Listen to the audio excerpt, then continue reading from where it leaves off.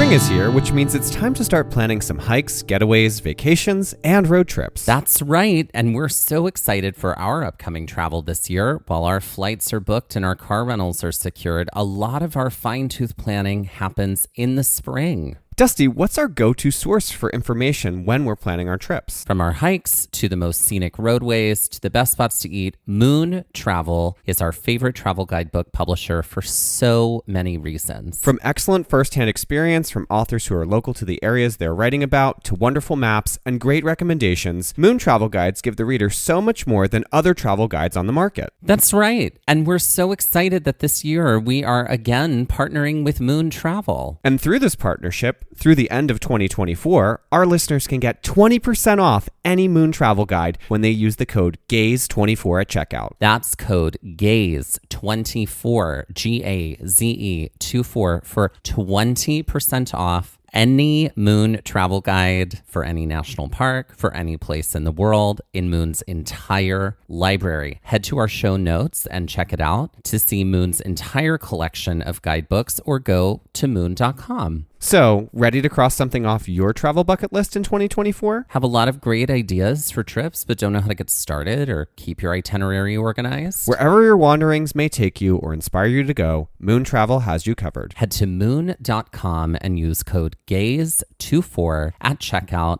to open up a world of possibilities for your next trip. Hello and welcome to Pride Mix here at Gaze at the National Parks, the podcast. June is LGBTQIA plus Pride Month, and during the month of June, our Trail Mix episodes are called Pride Mixes. Pride Mix is a chance for us to dive deep into queer history, and in some cases, how queer history intersects with the national parks and the National Park Service's role as America's storyteller. Well, in our Pride Mixes from Season 2 and 3, we turned our focus on events and people in history, specifically in New York and San Francisco, to help illuminate the contributions of queer people in the LGBTQ plus movement. In the last 2 years, we turned our focus on laws which have been enacted against the LGBTQ plus community. From Don't Say Gay legislation to anti-trans bills, the laws of the last several years and the rhetoric of conservative lawmakers that drive them, the United States has certainly regressed in the treatment of the LGBTQIA plus community. While these issues by no means are resolved, we wanted to turn our lens yet again for our Pride Mix episodes. This year, we are focusing on queer individuals within the community and organizations whose work is having a direct impact on the outdoor spaces, the national parks, and the LGBTQIA plus community. Our first Pride Mix of the season is an interview with Te'Ana Boone. In the last year, Te'Ana was a member of the Queer Inclusion Conservation Crew, working at both Saguaro National Park and Organ Pipe Cactus National Monument, a program made possible by the National Park Foundation. Working through the American Conservation Experience Program, or ACE, Te'Ana's time at both NPS sites was filled with amazing opportunities to learn in the field. Join us as we hear about her experiences, what it means to be queer in the outdoors, and what kind of lasting impact this experience has had on her. And for more information about the National Park Foundation and all its programs, please be sure to visit their website to learn more, nationalparks.org.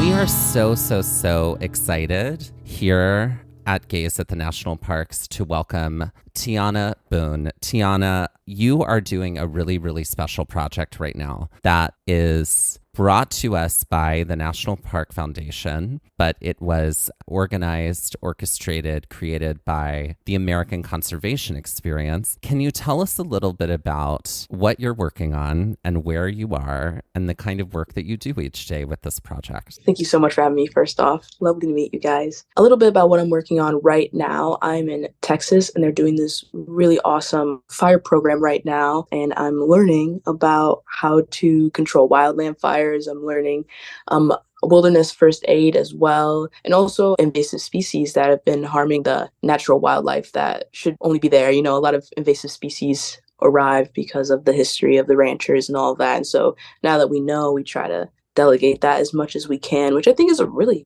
interesting thing to be working on. I'm really interested in this type of work. When it comes to this type of work, is that like, what's your background? Like what brought you to the ACE program, and how did you get involved with that in general? Like where did that all come into play for you? I love this question, especially because I had no experience in this type of work at all. Like, I came from Michigan and I was like a waitress. I worked at like a pet store, and I didn't also do many outdoor activities growing up. I stayed inside most of the time, was in some plays, but I really wanted to just try something different. And so I took a really big leap and went to Arizona, and that's where ACE's like headquarters are at, is in Flagstaff. And I just wanted to try it out. And it's really cool because they're really inclusive to anyone who's never done anything like this. And they're really helpful. And they really helped me get on my way, feel more confident in this field. And now I feel like it's just something I've got to do like forever. I want to. I'm curious about your relationship with the outdoors. How did your relationship with the outdoors begin? How did it evolve? And how did it bring you to participating in this project? It started off I honestly would say pretty poorly. I think growing up, we shied away from the outdoors, me and my family. We didn't enjoy like camping. We didn't really, I think one of the fears I inhibited from my mom was like spiders and like bugs, and we did not like going outside. And when I was 18, that's when I started camping, just like in the little areas in Michigan. And I was like, this isn't too bad. This is not too bad. And I really actually enjoyed learning about this topic specifically because when I came to ACE, they showed a video about people of color's history with the outdoors and how that has been seen and proven to have like really changed, and like because of all the things that have happened, and how we have grown for this distaste of the outdoors and the fear of it. And I was like, yeah, that applies a lot. I feel like I'm really turning a new leaf in my family almost sometimes, just about this very new stuff that I'm doing that I feel like my family didn't imagine at all for anyone in my family to want to be doing that. So it was really cool. And outside of ACE, aside from camping, did you start to like explore more parks? Was that something like, as you kind of started to like, as you said, turn that new leaf and kind of get more invested in the outdoors? What were other activities that kind of brought you to that space to then kind of like maybe even fuel the fire for, like you said, a pretty big leap from Michigan to ACE? Yeah, it's really recent. So I don't have too many adventures, but that was the first time I've really been outside of Michigan and really wanted to take affirmative steps in this journey. So I came to Arizona in October of 2023. And that's the first time I've been to like a national park. When I went to the National Monument, I think it's Chiricahua National Monument, I believe. That was like the first one I've been to, Saguaro, Oregon Pipe. And now I've been to Laguna Atascosa. It's a refuge for predator birds. But that's all I've really done so far. Like, I haven't been to the Grand Canyon yet, which I am planning. And when I make my trek back to Michigan this summer, I will absolutely be staying in some more national parks and camping there. So I'll have some more on my resume soon. But I haven't done too much yet. So you get to Saguaro, you get to Oregon Pipe, Cactus National Monument. And so you're a part of this crew of people. And tell me about like the community that's created between all of you, how that is carried over into the work that you do every day. When I first saw the applications for ACE and in Arizona, one of the ones I saw was the queer inclusive crew. And that was just so beautiful to see. I really appreciate, because I was scared to come down to the South, as a young Black woman, also queer.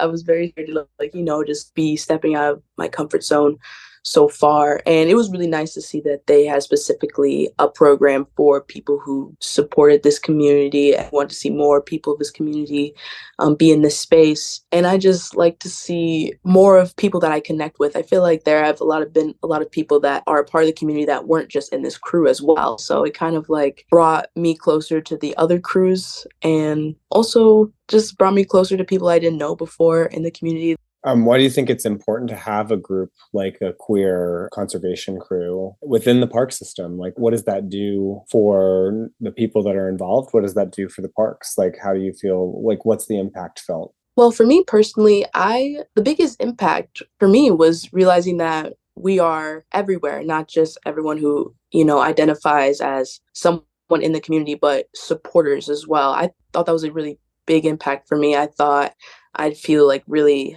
outcast, really different. And even if I do feel that way in the public eye, with this crew, I know that this crew, supports me, and they'll, stick up for me and, provide a safe space for me in this new environment.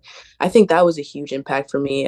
And also tying into that, feeling that I can take up space, feeling that I can be who I am without, necessarily needing to cower. Of course, respectful fear is always good.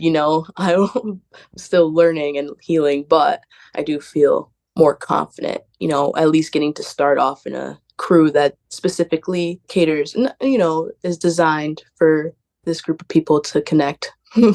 Te'Ana, you seem like a really curious person who likes to nourish their own curiosity. And I'm wondering, what are some things you've gotten to do by participating in this conservation crew, in this project that has really gotten to nourish your curiosity about things that were new to you? I do feel like a very curious, I love looking up things, and I love just doing as much things that I put my eye on as I can. Especially growing up, I feel like in an environment that might have squandered that sometimes, a little bit of fear-based living. And it took a lot for me to want to heal that. Coming here, I've just been able to do that and more. I learned how to work a candy cow machine at Saguaro. I learned how to pull out buffalo grass from the ground. I just learned how to, what am I doing now? I just got chainsaw certified. I'm wilderness first aid certified as well. Things I didn't even imagine that I could do without going to school as well. I haven't gone to college yet, and so this all seems like a really big dream. And it's been nice to be able to feed my curiosity without having to go to school yet. I just wanted to get a little bit more life experience before going into that world, especially because I feel like this moment is healing my inner child a lot. I feel like she's getting the chance to just get down and mess around in the dirt and, not worry about things getting dirty. This is a really awesome experience. That's such a beautiful way to experience the outdoors too, and to feel like it's a healing experience. That's so important. I think not only healing but nurturing in so many ways. I'm curious, what does this mean for you? What is this experience that you've had want to push you towards more of? Whether that's education, whether that's more outdoor time for yourself, whether that is a degree that maybe would factor into some of the things that you've been doing. How does this factor into kind of the next steps for you? I am super excited. This has really been a really healing experience for me because I am excited to see what's next. I feel like I have so many options, and it's not just I can just go do this. I'm excited to get back to school. This last week, we've been in some fire training classes, and it's been really different from the work we're used to doing. We're used to just getting up and hiking for a couple miles and then hacking at the ground, or carrying chainsaws to our location. So it's been a really big change for us as well, sitting down in these chairs. But it's been really nice to experience that because it makes me excited to learn, and I enjoy the stuff we're learning about. I'm retaining it. I'm learning in a way that is comfortable. I feel like completely just an individual diving into this stuff with no pressures. I truly just want to learn about this, and I'm really excited to see where that takes me because ACE also provides an education award. The first 4 times you do a term, you get, depending on what project you're doing, you get an amount of education fund. So I also feel like I can take a confident step in that next journey because they're able to boost me a little bit, especially because that's a big worry I've had growing up, financial equity and all that. So it's just really cool to feel like I can do something next. And also with this in-life experience, I can just also go into a job if I want to. So it all depends on what I want to do, which I will admit I am still deciding. But isn't it great to have options? Aren't options the most beautiful thing? And it sounds like you have a ton of options. I feel like options equal confidence. And there's a freedom in that feeling of okay, it's possibility, I guess is what I'm getting at. Possibility, it equals confidence, I think. Do I agree with that? The ACE program, it's a solid year that you're with them. And then my follow-up to that is there a possibility, you had mentioned with the education award, you could do this through your first 4 times. Is there a possibility to go and do another year after this? And is that something that you'd want to do? Yeah, absolutely. The first 4 terms you sign up for provide you with an education fund, and you can still sign up after that. I believe, yeah, you can. I do know that it's true because I asked and I was like, I would like to keep doing this. And you can. They just don't supply an education fund for it. Mm-hmm. So a lot of people, do this work for a long time just it stops after the fourth period for the education fund. And I am extremely interested in this because they also just sent out a crew in Hawaii to, oh man, what were they doing? It was such a really interesting project. They were using machetes to like cut down these, it's probably like some invasive species trees that they want to get gone in that refuge. And I think that's just such an interesting opportunity that they got. And I would love to keep being a part of that. So I hope that that is in my future. But if I do go back to school, that's also be really cool as well. But it wouldn't be a bad idea to like rack up my education fund and do a couple more terms if they let me, you know. Yeah. Well, I think it also, it lends itself, if that's something that you're not only interested in, but passionate about and you're excited about, then yeah, why not? If that feels like it'll also provide more possibility and opportunity for you, it seems like it would fit exactly how you want it to within your life right now. That's an absolute like go after it because it's there for you kind of situation. I love being able to feel that right now because it really does feel like that, a new way of exploring life that, I've never got to experience before in school. It feels so, do this, and then you should do this, and then this is what you should do next. And it's nice and it's scary to not get that, but it's nice as well. It doesn't, you get to choose. Yeah, it's like a little less formulaic in some ways and a little bit more choose your own adventure, which is kind of neat. And you're provided with so many skills that now those are incredibly transferable, I'm sure. If you were to head out on another stint, you would have this already under your belt, which I'm sure would be used in other spaces, as well as acquiring new skills too, which is really cool that you just are going to walk out of here with so much knowledge under your belt for whatever you decide to do with it. Thank you. It's cool. I didn't know I could attain this much knowledge without going to school. I completely racked this off the possibilities. So, like you said, possibilities equal confidence, like, and I'm really excited to see how that builds my confidence up over time as well. I really love how clear and confident you are about where you were and what you felt like you needed. Because, yeah, I do feel like, society lays out these scripts that are like, yeah, this is the script you have to follow. And it's like, okay. And generally speaking, I feel like as queer people, we go, no, we can't be ourselves and follow these scripts. Thank you very much. And there is a lot of freedom when we step into our own queerness and go, hi, this is me, and I know who I am. And I know that trajectory, that pathway, that script, not for me. There's like a lot of kind of inventing it for ourselves, but then it sort of opens up seeing all of the other possibilities and all the other pathways and all the other, not only like other scripts that exist, but all the scripts we can write for ourselves. So I loved how clear you were about, no, this is what I needed. Going to college wasn't what I needed right then. I needed to do something a little more like this. Thank you so much. Thank you. It took a lot to, not be afraid to just say my truth. And that is completely my truth. I didn't want to go to school. I tried for like one semester and I didn't want to finish and I didn't. And even though I went through a period of being ashamed of that, I wouldn't be here, if I didn't. So, if you like to hear the advice of everything happens for a reason, then it does,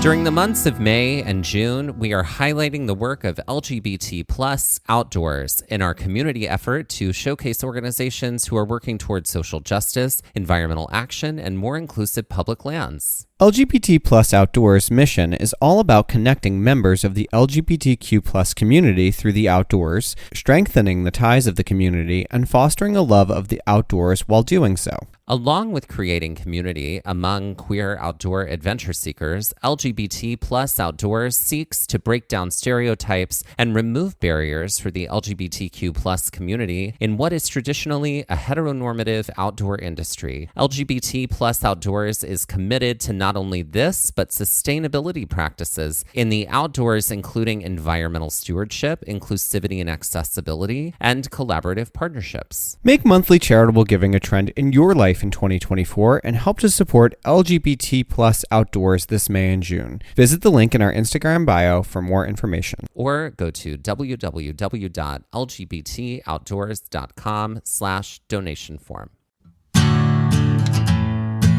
I wanted to ask you a little bit more about just the program in general. You started in Arizona and you were at Saguaro and the Organ Pipe Cactus National Monument. So now you're in Texas. How does the ACE program work to kind of shuffle you to different spaces? I think it's so interesting how ACE works. So thank you for those questions. And it's both options. It's like an as need basis, and also, yeah, just I think it's mostly where they need you at that time. There's a lot of work in Flagstaff. You're not with the same crew all the time. For these dedicated crews, like the one I'm on right now and the one that I was just on, the queer crew, you stay with that crew for the entirety of however long that duration is. And same with this one. So I will be with this crew in Texas and Victoria until April. But I learned that that's not how it usually works in ACE. Usually you go out with a crew for, I'm not too sure the durations, maybe like a week or so, and then you come back to the housing in Flagstaff and you stay there, and then you wait till and then you keep going out. But it is definitely as need basis, so you have to keep applying as well, which is the only tricky part, which is kind of rocking me up because I love stability too.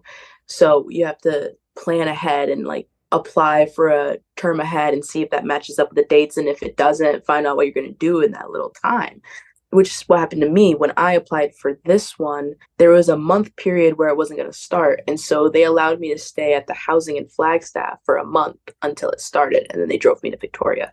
So they work a lot around your needs and how your situation is, which I really appreciate. But yeah, it works pretty elaborately in there, but I haven't caught on to all the bits yet. So a term is not an entire year. It's kind of more like it could be for a few months. It could be for a month. It's a little bit more, I guess, free form is the way I'll phrase that. Yeah. Absolutely. Yeah. Okay. Yeah. I think the longest term is you usually can sign up for, I think it's 9 months, I believe. Okay. Wow.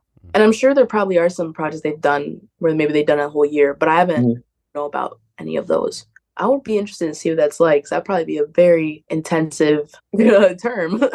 I'm curious how long you spent at Saguaro.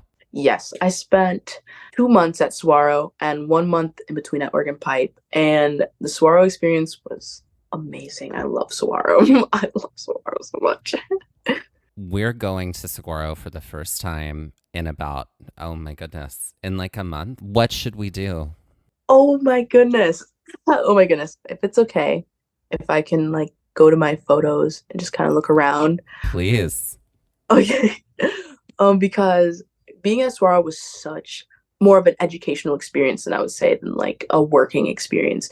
There's tons of turtles that you can try to find. I don't remember when they come out and about because we did this in the fall time. So I don't know if that's when they usually come out, but there's tons of creatures that I have not seen before, like tarantulas. I first did not like spiders, but that is a feat. You said the kind of the worst words. I just was like, great. So this will just be me walking in front the entire time and trying to soothe him because there are tarantulas. Maybe so, but I feel like you might like them. You might like them. They're super cute. I would definitely say watching out just for all the things that work around this climate is so interesting to see coming from Michigan and how it's vastly different. I'm trying to think of what trails we went on.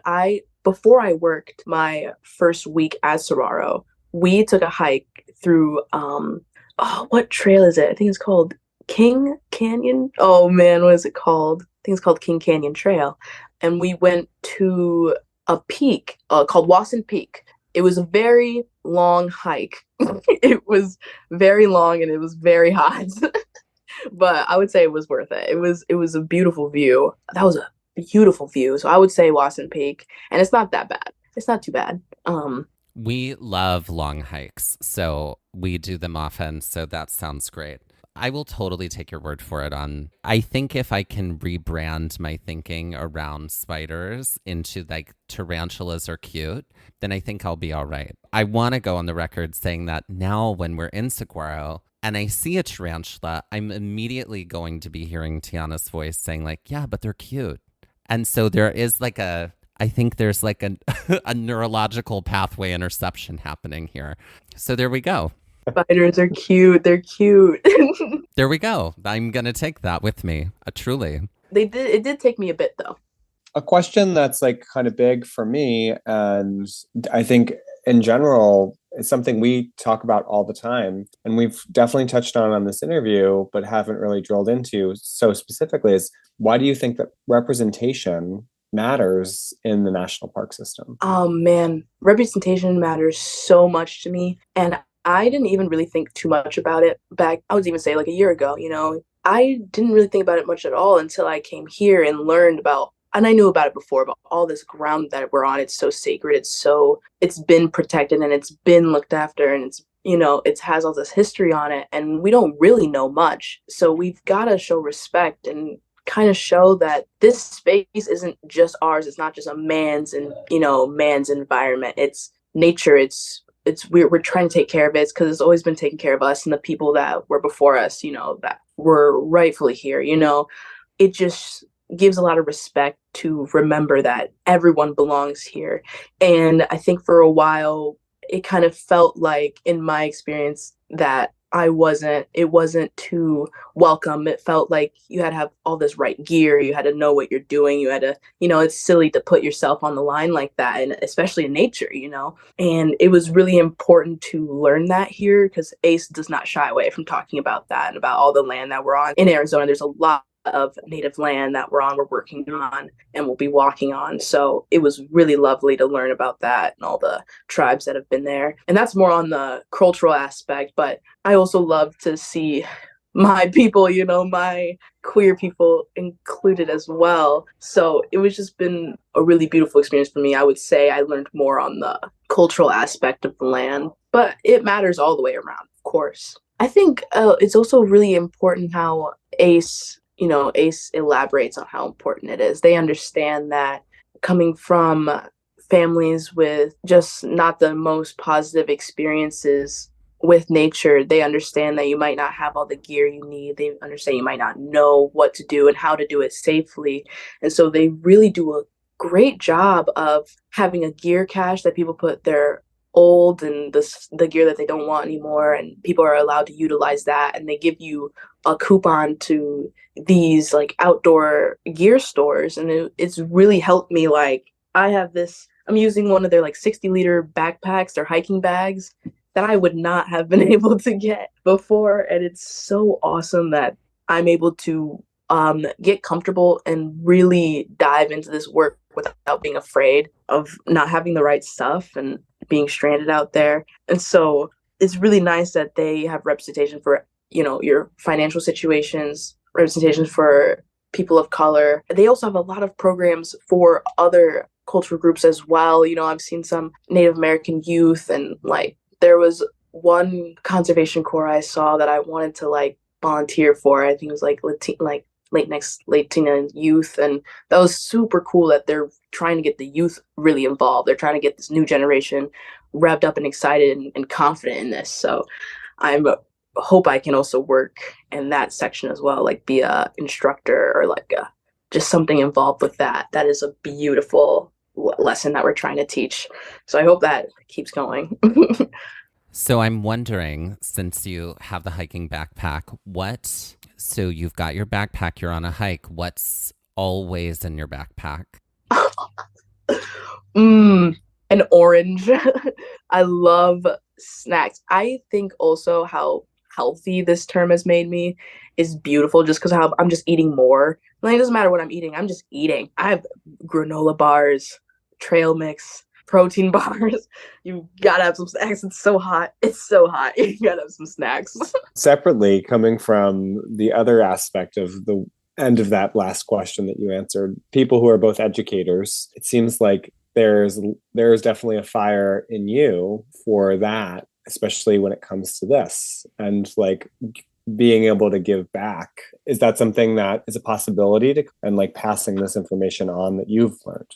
Absolutely, yes. I do think I have a passion for teaching, but even more so, I have a passion for the youth. Like honestly, I used to be a preschool teacher or like a teacher assistant. Like I helped them like learn their colors and not hit each other. But I loved it. I loved it. And it was really cool to see how excited young minds are and how if they're just given positivity and like some like outdoor time, if you just give them that thing, they can be really good at it. And I think positivity is so important and exposure. I think exposure is just really important that they can do stuff like this. And I really enjoy how ACE has a very good ladder system. They do. I was gonna maybe be an assistant team lead, but I chose to do the fire crew. But they allow chances for you to become an assistant team lead, and then they want you to be a crew leader, and then you can be like a project manager. So it feels like you do have plenty of options if you do want to stay and build up that way. But I would love to become a crew lead and then maybe climb up that ladder, or if I could become a part of a group that gets these young people together and we go out and explore safely and teach them about the importance of leave no trace. You know, you want to make sure that you respect your environment and the nature and respect everyone in it and all the creatures. So that would be really, really cool to do. I am pursuing that. Absolutely.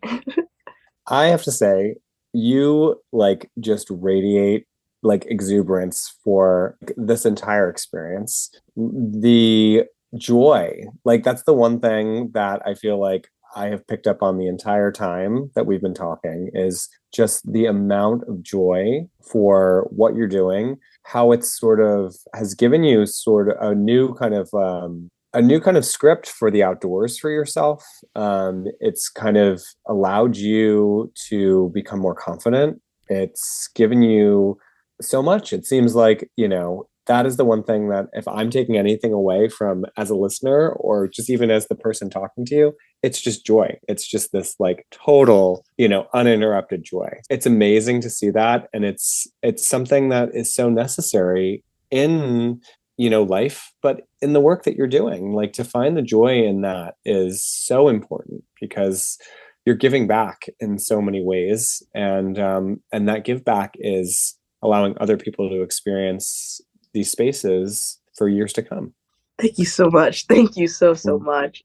Especially because like growing up, I think one motivator that stuck in my head was the difference between like how my family described a job versus a career, not just something you do to get by, which is totally okay, but something that you want to do, every day you wake up and you're excited to do it. And I genuinely feel that like they were right. I genuinely wake up and I don't mind going out and hiking for like, that's awesome. Like I'm hiking and then I know exactly why I'm doing this. I know why I'm getting rid of this grass. I know that the earth, like this environment, this plot of land is not like this being here. And I'm helping it. And it's also helping the birds, when we're at Laguna Atascosa and we are spraying mesquite trees or mesquite growth because they grow and then they provide these other bigger birds to eat all the other birds in the area. And I mean, we love all birds, but this refuge is for this hawk that we are protecting. I wish I could remember the name, and I'm sorry I don't, but we're protecting this hawk, and it's really cool to just kind of see that in motion. I remember when we left on the highway, I saw one of the hawks that we're protecting sitting on the little like side of the highway. And it felt like a little sign. I was like, oh, they're sitting there. They're enjoying their climate. We're helping a little bit. You said where is the hawk preserve? Laguna Atascosa. I'm gonna look that up. You piqued this bird nerd's interest over here. Yeah, I'm a huge bird nerd. Are you? Yay. I'm Huge. So glad. I learned about birds so much there, and I feel like you'd like that. You should go there. It is by the coast, and there's all these beautiful, beautiful birds. Okay, great. I mean, done. Sold. I literally go out and take photographs of crows every day. So yeah, no, I am a huge bird nerd. So glad. I'm so glad. Okay, then I hope you do come here because that is kind of it is kind of far from Arizona, but if you do come by, I believe there are still a lot of birds in migration. And I just saw this really pretty pink bird called the spoonbill, like the roseate spoonbill, if you look that up. And they're gorgeous pink. So I really hope you see one. Oh my God, that bird is so gorgeous. I'm looking at photos of it right now. What? Ah! And it's got that like rounded bill at the end. Yeah, I didn't even know a bird like that existed. I was like, am I seeing that right? No, I have to look it up too. Yes, please, please. She's gorgeous. Oh wow, it's almost like it feels like a flamingo in some ways, right? And they're rare apparently. They're beautiful. That little orange in there too. Mm-hmm. This is me. I'm a bird nerd by proxy. Yeah. Yes. Because bird nerds beget other bird nerds. True. Mm-hmm. It's Real just in a how man. it works. That's right. Real in a man. Mm-hmm. I'm so excited to hear the role the outdoors has played in your journey to yourself, your journey in your life, the way you've been able to bring it to others, and the way it keeps driving your own curiosity. It really got proved important to me that healing yourself and like finding out what you need and finding what makes you want to wake up every day, makes you want to be you, it really just automatically kind of radiates out, and when you have enough in your cup and you're filling up your own cup with your own love and your own inspiration, it can be effortless to like just give it out and to just have this positivity that I feel like people enjoy. I enjoy it a lot, just to have this sort of optimism, just because like I'm loving myself and letting myself explore life how I want to and just how I feel is right. So it's really cool, especially in being surrounded by others that also do that, and they also want to just improve themselves and improve the environment so that we all are living in it healthily, enjoying it and taking care of it. Wow. I'm in love. To learn more about the National Park Foundation and all of its programs, be sure to visit their website to learn more, nationalparks.org.